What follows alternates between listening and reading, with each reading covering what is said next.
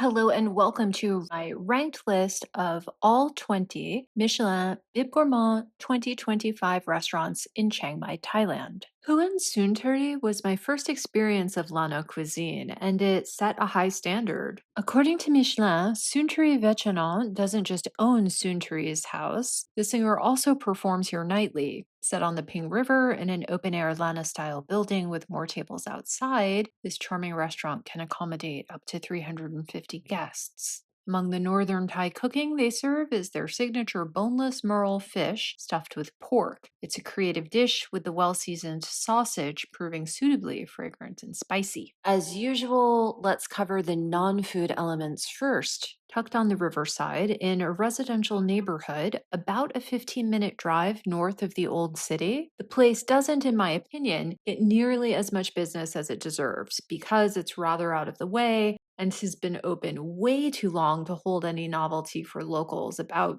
20 years now, maybe more. First, the ambiance is the best in Chiang Mai. No contest. The main building is an extra large version of a traditional Lana wooden house, decked with lanterns and vintage photos. All seating is open air. Private parties can sit in an upstairs gallery, and you can sit farther away from the building next to the river, but most patrons prefer to be closer to the band because iconic Thai folk singer of the 70s and 80s, Soontaree Vechanon, is the owner and namesake here, and she does a 40 or 50-minute set in full traditional Lana costume with full band most nights of the week starting around 7 p.m. Her daughter, Lana Comens, herself a millennial pop sensation, also performs. Even if the food was mediocre or bad, coming here to hear them sing would be worth it. They are wonderful. Their band is wonderful. They've clearly been together a long time and perfected their performance. The whole experience is such a classy, old-fashioned contrast to the irritating EDM and top 10 soundtracks or vaguely classical piano music common to so many restaurants in Thailand. Because it is outdoors, however, I would recommend bringing along a mosquito racket or two.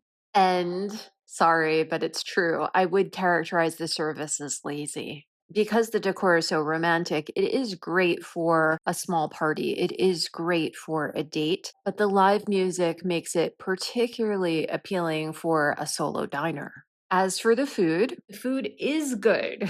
It's great. It's just like the music, actually. Local, classic, top quality. I briefly considered the fish, but it looked giant, and it being my first meal in the north, I wanted to get a lot of variety fast and try a dish that seems to be served in pretty much every restaurant, a northern Thai mixed platter. Suntory does call this one of their four signature dishes, so I assumed this one was put together at a pretty high level. The reddish dip is nam prekong, given the cutesy translation Chiang Mai Bolognese on Soontaree's menu. It's certainly elementally similar, with ground pork, tomatoes, garlic, red onion, and cilantro as the base. Its northern Thai-ness comes from the multiple types of chilies and shrimp, tamarind, and fermented soybean pastes. It's salty, sweet, and a bit hot. The greenish dip is nam prik num, charcoal grilled local green chilies mashed with shallots, garlic, green onion, salt, and the lightest touch of shrimp paste for a smoky veggie taste.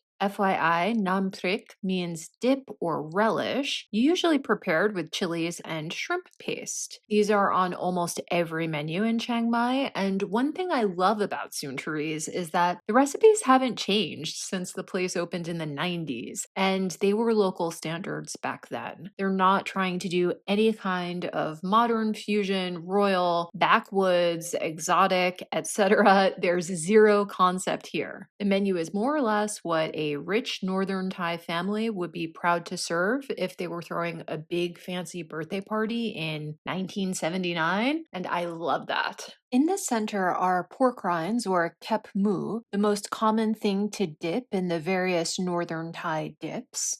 along with vegetables. Here we have pumpkin, carrots, broccoli, and tiny little onions. Next to the veggies is sai wa, an iconic northern Thai style sausage composed of ground pork mixed with kaffir lime leaves and a curry paste featuring dried chilies, cumin, galangal, turmeric, lemongrass, coriander, shrimp paste, fish sauce, shallots, and garlic, smoked over coconut wood. In my experience, the sai wa in Chiang Mai generally has less kick than it does in Lao, especially around Luang Prabang, but it's still very tasty. Also, I wasn't specifically seeking out and testing every granny-made sai wa in town. This was pretty good, and I'm sure there are many that are absolutely mind-blowing for sausage enthusiasts. Next is deep-fried mu ya, or Vietnamese white pork roll. It's pork pounded into a paste, then mixed with potato starch and fish sauce, and tiny little bits of pig ear and pork fat for texture. Then wrapped in a banana leaf and boiled. For me, this is filler food. I don't especially like it, and Soontarees didn't change my mind. Finally, there is jin som,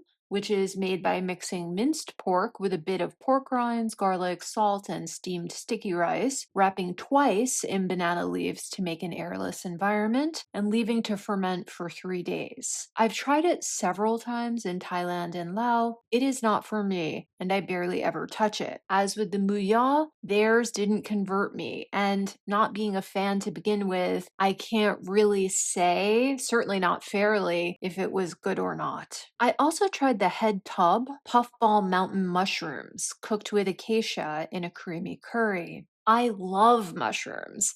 Different kinds of mushrooms figure heavily in Lana cuisine, and these mushrooms specifically are a prized ingredient throughout northern Thailand because they are rare. Only grow for around 2 months during the rainy season, usually May and June, don't bloom every year, and are hard to find. Additionally, most are exported to wealthier countries. They are so desirable and sell for such high prices, 500-600 baht for a small tin, that villagers burn forests just to collect them, contributing substantially to the awful air quality in Chiang Mai. I did not know that when I ordered this dish. I also didn't know that while head tub are considered too difficult to cultivate, they are now brined and sold year-round. Given that I ate this meal in November, I couldn't have possibly had the fresh seasonal delicacy, famous for its distinct earthy flavor. I likely had the second best preserved type. I have serious asthma. Smoke of any kind is my literal mortal enemy, and had I known, I would never have ordered these. Yes, they were good. I liked the juiciness and novelty of the popping. They call these popping mushrooms because when you bite into them, they pop and the juice comes out. That said, the flavor is not incredibly special, and even if it were, absolutely nothing is tasty enough to warrant